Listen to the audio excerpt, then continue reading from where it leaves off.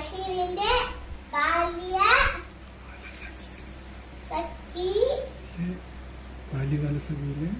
ബാല്യകാലസഖിയിലെ സുഹാന.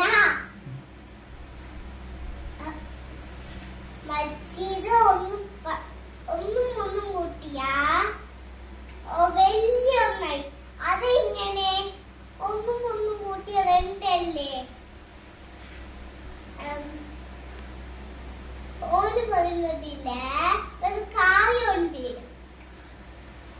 ഒന്ന് ചെറിയ പഴ, ഇനൊരു ചെറിയ പഴ, എല്ലാം കൂട്ടിയാല് വലിയ പഴായില്ലേ?